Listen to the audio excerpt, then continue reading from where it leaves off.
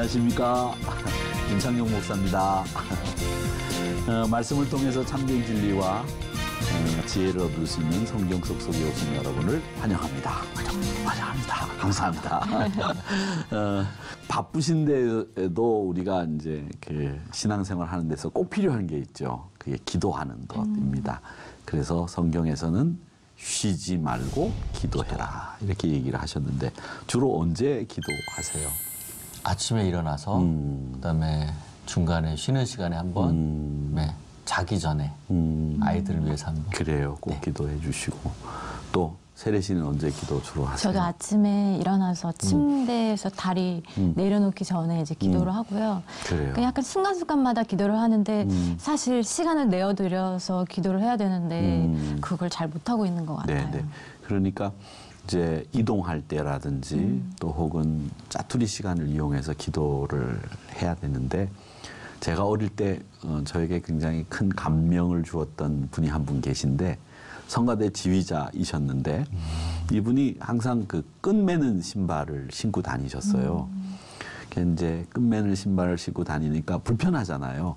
꼭 끈을 매고 끈을 풀고 이렇게 하시는데 왜 끈매는 신발을 신고 다니십니까? 이렇게 물었더니 기도할 시간이 없으니 신발 끈을 매는 그 시간에 기도를 하기 위해서 신발 끈을 매는 신발을 항상 선택합니다. 이렇게 얘기를 하시더라고요.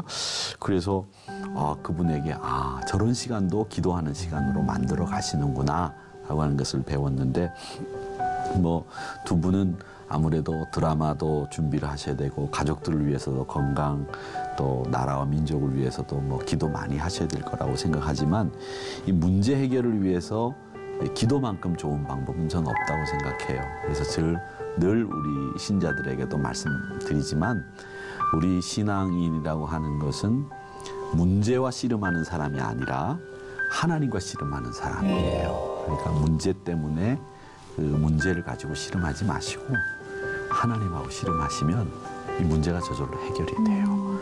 그러니까 하나님 앞에서 내 뜻과 내 계획을 이렇게 피력하는 기도라기보다는 하나님의 뜻을 알기 위해서 하나님과 몸부림치고 하나님을 이렇게 씨름하는 그런 기도를 하는 것이 참 좋겠다라고 생각을 하고요. 이런 지혜는 저는 하나님의 뜻과 계획을 알 수 있는 지혜가 제일 중요한 거라고 생각해요. 근데 그걸 어떻게 얻을 수 있는가 오늘 고민을 좀 한번 해봐야 되겠는데 지난 시간부터 우리가 잠언을 살펴보고 있지 않습니까? 오늘 본문을 통해서는 지혜를 얻을 수 있는 방법이 뭔가 이것을 생각해 보도록 하겠습니다.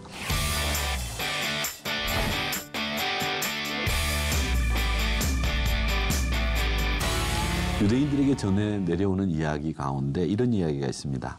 어떤 사람이 이제 낙타를 타고 먼 길에 이제 무역을 하러 비즈니스 차 길을 떠나게 됐는데 사막을 지나가고 이제 있는 중에 이 낙타가 이제 이렇게 지치면 이제 바꿔 탈 생각으로 낙타 한 마리를 더 끌고 갔어요.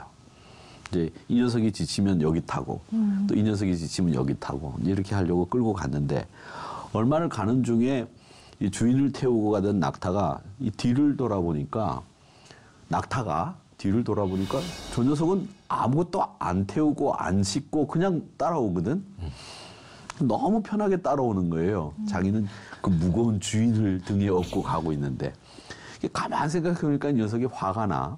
그래서 앞서가던 이 낙타가 주인을 태우고 가던 이 낙타가 온몸을 이리저리 흔들고 일부러 비틀어 보기도 하고 주인의 그 싣고 가는 것에 대해서 자기 마음의 불편함을 막 표현한 거예요. 막 이렇게 흔들어서 이 녀석이 왜 이래? 이제 주인은 이제 그랬겠죠. 그래서 이제 주인이 이 녀석이 자꾸 그러니까 이 낙타를 더 타고 갈 수는 없겠다 생각을 하고 낙타를 바꿔 탔습니다. 그 뒤에 있던 낙타는 그동안에 그냥 혼자 쫄래쫄래 심심하게 가다가 주인을 등에 태우고 가니까 너무 좋은 거예요. 그래서 주인을 모실 수 있는 기회가 나한테 주어진 것을 너무 감사하면서 열심히 걸었어요. 그런데 뒤에 따라가던 이 낙타는 주인을 아까까지 태우고 가던 낙타였죠. 가만 보니까 마음이 불편해지는 거예요. 왜냐하면 등에 뭐 주인도 안 싣고 뭐 짐도 없으니까 편안하게 가는데 뒤에서 이렇게 끌려가는 게 여간 불편한 게 아니야. 저 녀석이 앞장서서 가니까 끌려가는 셈이 된 거죠. 여간 불편한 게 아니에요. 그래서 이번에는 가다가 이제 자기가 안 가는 거야. 그러면 앞에도 잘 못 가잖아. 끈이 연결돼 있으니까. 이렇게 멈추고 가다가 멈추고 그렇게 한 거예요. 그러니까 주인한테 또 불편한 마음을 나타낸 거죠. 그러니까 주인이 한참을 가다 보니까 뒤에 끌려오던 아까 탔던 그 낙타가 몸을 이리 비틀고 저리 비틀더니 이번에는 자꾸 안 와. 자꾸 힘들게 해. 그래서 야, 저기 끈을 이제 풀어줬어. 네가 마음대로 따라와라. 그랬더니 이 녀석이 자유를 얻었다고 생각하고 이제 에이, 내가 이제 내 마음대로 갈 거다 이제 생각을 하고 끈이 풀려가지고서 이제 이리저리 뛰다가 이렇게 보니까 주인을 싣고 가던 낙타가 어디론가 없어지고 안 보이는 거예요. 근데 이 낙타가 가만히 보니까 자기가 가야 될 데가 어딘지도 모르잖아. 주인이 있어야 자기가 가는 데가 어딘지 알고 저녁에 쉴 수도 있는데 목이 마른데 물을 먹을 수 있나? 어디로 가야 되는지도 모르겠고 배가 고파도 먹이도 구할 수 없고 결국 그 낙타는 그 사막에서 생명을 잃고 말았다는 이야기입니다. 근데 새롭게 주인을 모시게 된 낙타는 주인이 가자는 대로 잘 이렇게 인도함을 받아가지고 안전하게 갈 수 있었고 처음 가는 길이지만 주인이 가야 될 곳을 이렇게 알려주니까 목이 마르면 주인이 물 주고 배가 고프면 먹을 거 주고 편안한 곳에 가서 같이 쉬고 잠자고 아침에 새 힘 얻어서 주인 모시고 가고 이렇게 가게 됐다는 거예요. 결국 그건 뭐냐?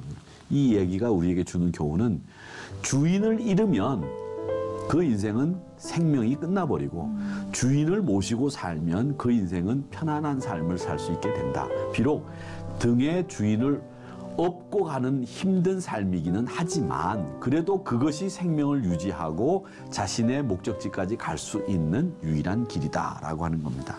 이게 저는 영적인 진리에서도 똑같이 적용이 된다고 생각해요. 하나님을 떠나 있으면 자유로울 것 같죠. 내 마음대로 살고 내 마음대로 즐기고 좋아? 안 좋아요. 좋지 않습니다. 때로는 부자유한 것 같아 보이고 때로는 힘들고 때로는 귀찮기도 하겠죠. 그러나 하나님을 모시고 사는 삶에는 결국 생명을 얻고 귀히 여김을 받고 살아가게 하는 이 주인을 모시고 사막길을 걸었던 낙타와 같은 인생을 살게 되는 거죠. 그러니까 우리가 꼭 들어야 될 게 있습니다. 하나님의 음성을 꼭 듣고 하나님의 인도하심을 받아야 됩니다. 이게 지혜입니다. 그러니까 지혜라고 하는 것은 똑똑한 게 아니고요. 자기가 가지고 있는 지식을 적절하게 활용할 수 있는 게 지혜라고 제가 지난 시간에 말씀을 드렸는데 지혜는 생명을 살리기도 하고 죽이기도 합니다. 이런 지혜는 위기를 당했을 때 생명을 구할 수 있을 뿐만 아니라 목숨을 지니고 이 세상에서 살아갈 때 사람들로부터 존경을 받을 수 있는 사람이 어떤 사람이냐? 지혜로운 사람이 사람으로부터 존경을 받는 거예요. 자기 뜻, 자기 의지 이런 것을 효과적으로 실현해 나갈 수 있는 사람이 누구냐? 지혜로운 사람이란 말이죠. 그러니까 그렇게 원하는 건강도 장수도 지혜로운 사람이 누릴 수 있다라고 하는 것을 꼭 기억하셔야 됩니다. 자, 그렇다고 하면 제일 지혜로운 사람을 꼽으라 하면 성경에서 가장 지혜로운 사람? 한 사람은 오늘 잠언의 저자인 솔로몬, 또 한 사람은 예수님. 이 두 분을 지혜로운 사람이라고 꼽을 수 있겠는데 지혜로운 사람 그러면 예수님을 얘기하기 전에 예수 안 믿는 분들도 다 누굴 생각하냐면 솔로몬을 생각합니다. 솔로몬의 지혜. 그 솔로몬은 하나님 앞에 지혜를 간구했던 인물인데 역대하 9장 22절 말씀에 보면 이렇게 되어 있습니다. 솔로몬은 왕의 재산과 지혜가 천하의 모든 왕들보다 큰지라. 이렇게 돼 있어요. 그러니까 우리가 즐겨 부르는 찬송가 보면 588장 2절에 보면 솔로몬의 입은 옷도 입꽃만 못하였네 라고 하는 가사가 있는데 솔로몬이 입은 옷이 얼마나 휘황찬란했던지 찬송도 우리가 지금 그렇게 부르는 거예요. 그 옷이 옛날 왕들의 옷은 보통 옷이 아니었어요. 정말 화려했어요. 요즘 옷은 색깔이 거의 무채색 아니면 그 톤 다운 돼 있어갖고 색깔들을 어두운 색깔들 많이 입는데 옛날 왕들은 화려하고 밝고 강렬한 색들을 많이 썼기 때문에 딱 나타나면 벌써 눈에 팍 띄고 화려한 거죠. 뭐 그런 화려한 옷도 사실은 꽃보다도 못하다라고 하는 겁니다.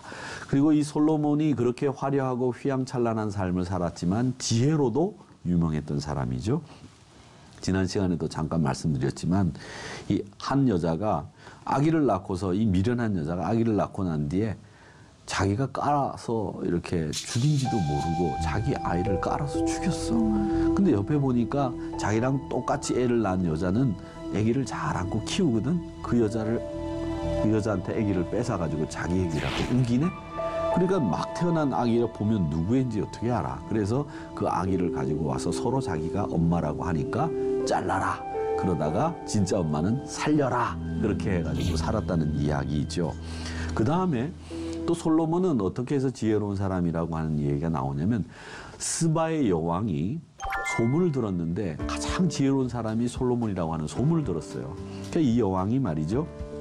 얼마나 솔로몬이 지혜로운가 이걸 시험 삼아서 한번 그 사람을 만나서 시험해보고자 예루살렘을 방문해요. 그러니까 사람들이 참 묘하죠.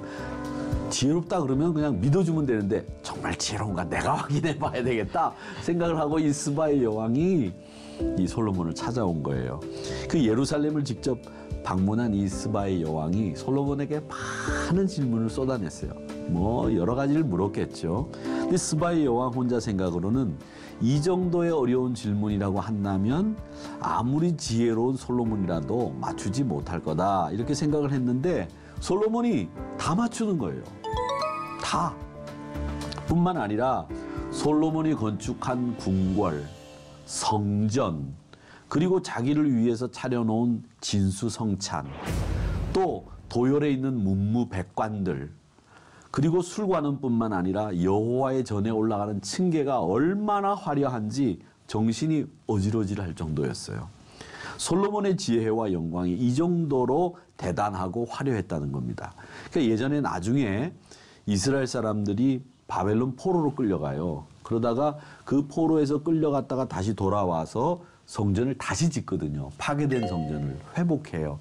그걸 수룹바벨의 성전이라고 하는데 그게 솔로몬 성전이 무너지고 난 뒤에 다시 지은 성전인데 그 성전을 정말 힘들게 졌어요. 그런데 이 옛날 성전의 규모나 옛날 성전이 어떤 성전이었는지를 아는 노인네들은 그 수룹바벨의 성전을 보고 울었대요. 왜? 그 화려했던 성전과 비교해 보니까 너무 초라하니까. 야, 우리가 이렇게 힘들게 지었는데도 요거밖에 안 되나? 요 정도밖에 못 짓나? 울었다는 거예요. 그만큼 솔로몬의 성전이 화려하고 대단했다는 거죠. 또 우리가 지혜를 얘기하자면 빼놓을 수 없는 분이 예수님이신데 예수님은 정말 지혜로운 분이셨어요. 누가복음 11장 31절에 보면 심판 때에 남방 여왕이 일어나 이 세대 사람을 정죄하리니 이는 그가 솔로몬의 지혜로운 말을 들으려고 땅 끝에서부터 왔음이거니와 솔로몬보다 더 큰 이가 여기 있으며 라고 얘기하면서 솔로몬보다 더 지혜로운 사람이 예수님이라고 말씀하셨습니다. 자, 그러면 이 지혜를 어떻게 얻을 수 있느냐? 야고보서 1장 5절에 보면 어떻게 돼 있는지 우리 세례자매가 한번 읽어봐 주시기 바랍니다. 야고보서 1장 5절. 너희 중에 누구든지 지혜가 부족하거든 모든 사람에게 후히 주시고 꾸짖지 아니하시는 하나님께 구하라. 그리하면 주시리라. 예, 아멘. 지혜를 공급해 주시는 분은 결국 누구냐면 후히 주시고 꾸짖지 아니하시는 하나님이 지혜를 주신다는 거죠. 우리가 살고 있는 세상이 보면 되게 험해요. 힘든 일도 많고 경제는 더 어렵고 요즘에 만나면 다 경제 얘기들 하시는데 더 힘들어질 거라고 얘기를 합니다. 그런데 우리에게 정말 필요한 것은 지혜다라고 하는 생각을 꼭 잊지 마시기를 바랍니다. 위기가 닥쳐왔을 때, 난처한 일 만났을 때, 곤고한 일 직면했을 때 필요한 것은 지혜인데 그 지혜는 후히 주시고 꾸짖지 아니하시는 하나님이 주시는 것이다 라고 하는 것이죠. 그 솔로몬의 지혜가 어디서 왔느냐? 솔로몬이 공부하고 연구해서 주어진 게 아니라 얻은 게 아니라 기도 응답을 통해서 하나님으로부터 받은 것이 지혜예요. 지혜는 하나님으로부터 오는 거지 우리가 공부하고 연구해서 지혜를 얻는 게 아니거든요. 그렇기 때문에 지혜를 얻기 원하는 성도님들은 항상 말씀을 가까이 하고 항상 기도하는 생활을 게을리하지 말아야 지혜로운 삶을 살 수 있다는 겁니다. 말씀은 우리가 구체적으로 뭘 선택해야 되는지 또 뭘 결정해야 되는지 이런 거를 정확하게 선별해주고 정확한 지침을 알려주는 게 말씀이에요. 그래서 이 기도는 우리에게 영적인 힘을 주기 때문에 영적인 실패를 하지 않도록 영적인 승리를 할 수 있는 선택을 해주는 게 기도이고요. 그 말씀을 통해서 우리가 지혜를 얻으면 승리롭게 살아갈 수 있다는 겁니다. 한 가지 예화를 말씀드리면 미국의 그 텍사스주라고 하는 곳이 있는데 경찰관이 이분이 성경을 굉장히 열심히 공부를 했대요. 한 번은 이 경찰관이 밀수꾼을 추적하고 있었는데 이 밀수꾼이 이 궁지에 몰리니까 자기가 타고서 이제 가던 이 나귀를 그대로 버리고 도망을 쳤어요. 근데 이 경찰관이 이 밀수꾼을 추적하다가 밀수꾼은 도망가고 나귀만 남았는데 자기가 기도했어요. 이 나쁜 사람을 잡아야 되겠는데 하나님 어떻게 했으면 좋겠습니까? 그래서 이제 기도를 하니까 하나님이 이사야서 1장 3절의 말씀이 생각나게 하셨대요. 그 말씀이 뭐냐면 소는 그 임자를 알고 나귀는 그 주인의 구유를 알건만은 이런 말씀이 딱 생각나더래요. 근데 이스라엘은 그 말씀을 알지 못하고 나의 백성은 깨닫지 못한도다 이러면서 하나님께서 이스라엘 백성들이 하나님을 모르고 하나님의 말씀을 모른다는 그 말씀인데 그 말씀이 딱 생각이 나더래요. 근데 나귀는 주인의 구유를 알건만은 이 말씀이 퍼뜩 머릿속에 딱 생각난 거예요. 그래 밀수꾼이 나귀를 버리고 도망갔지. 그래서 나귀를 며칠간 굶겼어요. 그랬더니 이 나귀가 며칠간 굶기고 나니까 배가 얼마나 고프겠어요. 풀어놨어요. 근데 이 나귀가 주인의 구유를 알잖아요. 어디에 있는지 간 거예요. 그래서 이 풀어준 나귀가 가는 곳으로 쫓아갔더니 밀수꾼들이 숨어있는 소굴이었다라는 이야기입니다. 웃기는 예화이지만 성경을 통해서 구원의 지혜를 얻었다는 이야기입니다. 이 말씀을 통해서 우리가 배우는 것은 지혜는 하나님으로부터 말씀으로부터 얻게 된다. 그러니까 지혜의 출처는 하나님의 말씀이다. 그리고 그 지혜의 출처를 통해서 우리가 복된 길을 걸어갈 수 있다라는 말씀입니다. 그다음에 오늘 본문 22절에서 보면 지혜가 꾸짖고 충고하는 세 부류의 대상이 나오고 있는데 함께 읽어보도록 하겠습니다. 22절을 함께 읽어보겠습니다. 시작. 너희 어리석은 자들은 어리석음을 좋아하며 거만한 자들은 거만을 기뻐하며 미련한 자들은 지식을 미워하니 어느 때까지 하겠느냐. 아멘. 이 첫 번째 부류의 사람이 어리석은 사람들입니다. 어떤 사람이든지 간에 내가 어리석다고 얘기하는 사람들은 없고요. 또 내가 어리석은 사람 되는 걸 원하는 사람은 없어요. 그렇지 않습니까? 누가 어리석은 사람이 되고 싶겠습니까? 다 똑똑한 사람 되고 싶고 지혜롭다고 평가받고 싶죠. 그런데 여러분, 이 어리석음을 좋아한다는 말의 원뜻은 뭐냐면 이건 바로 뭐냐면 편견이에요. 편견. 편견이라고 하는 것은 한쪽으로 기울어진 판단이 편견이에요. 그러니까 하나님에 대한 편견도 있고 사람에 대한 편견도 있는데 자기 나름대로 생각을 가지고 속단해버리고 자기가 가지고 있는 생각 가지고 사람을 다 재단하는 거예요. 잘라버리고 만들어버리고. 그리고 그런 사람들은 특징이 뭐냐? 남의 이야기를 안 들어요. 그리고 그런 사람들은 항상 하는 일이 뭐냐면 심리학에서 선택적 청취라는 말이 있어요.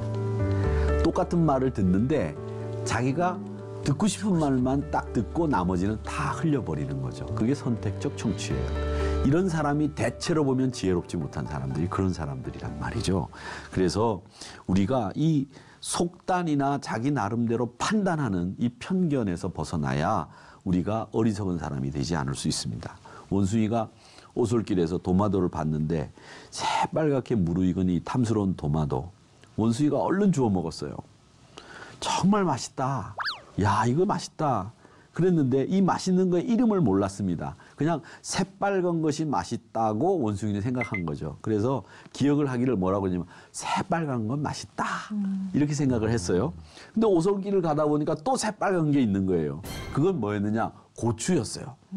근데 그게 새빨간 거니까 머릿속에 저장해둔 건 새빨간 건 맛있다. 그래가지고 이걸 이제 이것도 맛있는 거라고 생각하고 그 새빨간 고추를 원숭이가 맛있게 생각하고 먹었어요.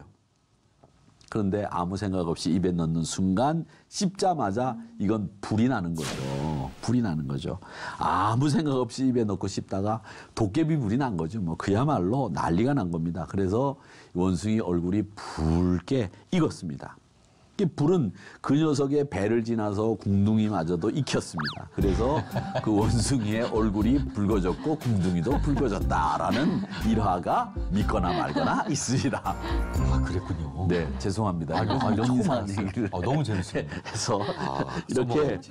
불충분한 지식은 편견을 낳는 거예요. 편견을 낳아요. 그리고 이 편견은 결국 자기 인생을 망신으로 가게 만든다라고 하는 겁니다. 이 두 번째 부류의 사람은 거만한 사람이 있는데 거만한 사람은요 어떤 사람이냐면 실없는 사람이에요. 쓸데없는 것에 자기 자존심을 내는 사람이 거만한 사람, 실없는 사람이죠. 그리고 거만한 사람은 특징이 뭐냐? 진지하지 못합니다.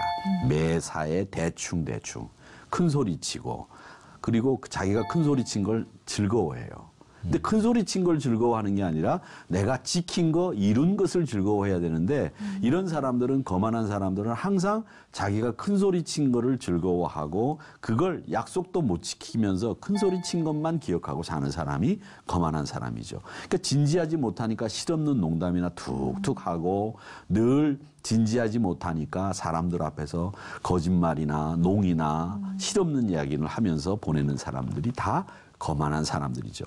그다음에 세 번째 부류의 사람은 지식을 미워하는 사람들인데 이 사람은 어떤 뜻이냐면 지식을 미워한다는 말은요. 공부하는 걸 싫어한다는 말이 아니고요. 남의 훈계나 책망을 안 듣는 사람이에요. 남의 말 안 듣는 거죠. 남이 나한테 뭐라고 얘기하면 그 말을 듣고 고치거나 아니면 혹시라도 그 말이 틀렸다고 하더라도 들어줄 줄 아는 사람이 이 수용력이 있는 사람이거든요. 그런데 남의 말을 안 들어주는 거죠. 남의 이야기는 안 들어주는 거예요. 잘난 척만 하는 사람이죠. 여러분, 나를 향해서 오는 책망의 말에 귀를 경청할 수 있는 사람, 그 사람이 지혜로운 사람입니다. 책망 뒤에 사랑이 있으면 그 말은 얼마든지 받아들여야 돼요. 책망 뒤에 사랑이 없으면 한번 고려해 볼 필요는 있지만 책망 뒤에 사랑이 있다고 느껴지면 그 사람이 기도하고 나한테 말씀하셨다고 한다면 그건 받아야 되는 거예요. 그것이 바로 지혜롭지 못한 사람들의 모습이다. 지식을 미워한다라고 하는 말은 남의 교훈과 책망을 안 듣는 사람이다라고 하는 겁니다. 그러니까 여기서 재미있는 것을 제가 하나 발견했는데 22절의 말씀에 보면 어리석음이라는 말이 나오는데 이 어리석음이 히브리어로 우리나라 말에는 남성 여성 이게 없지만 외국 말에는 남성 여성이고 단수 복수가 분명하잖아요. 그래서 히브리어 남성 단수 명사가 이 어리석음이라는 말입니다. 그러니까 지혜라는 말은요 복수 여성 명사고 어리석음은 남성 단수예요. 참 재밌지 않습니까?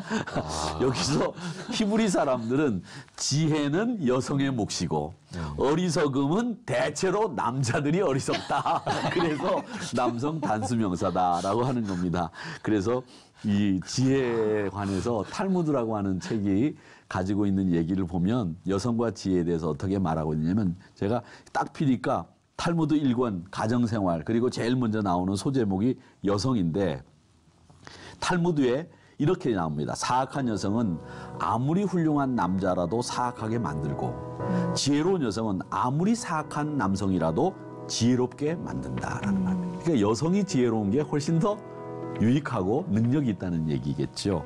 그러니까 이 지혜라는 말을 여성 명사로 의인화해가지고 쓴 이유가 여성들이 지혜로워야 남자도 지혜로워질 수 있다라고 하는 겁니다. 그러니까 이 지혜의 말에 귀를 기울일 수 있는 사람이 좋다 이런 얘기죠. 우물가에 가서 숭늉을 찾을 수 없듯이 우리는 지혜는 하나님에게서부터 찾아야 된다고 하는 거 그리고 어리석음, 거만함, 지식을 미워하는 모습들은 버려야 됩니다. 지혜롭지 못한 태도는 버려야 됩니다. 어리석은 것은 우리를 지혜롭게 하지 못하고요. 지혜롭지 죽지 못하게 만들고요.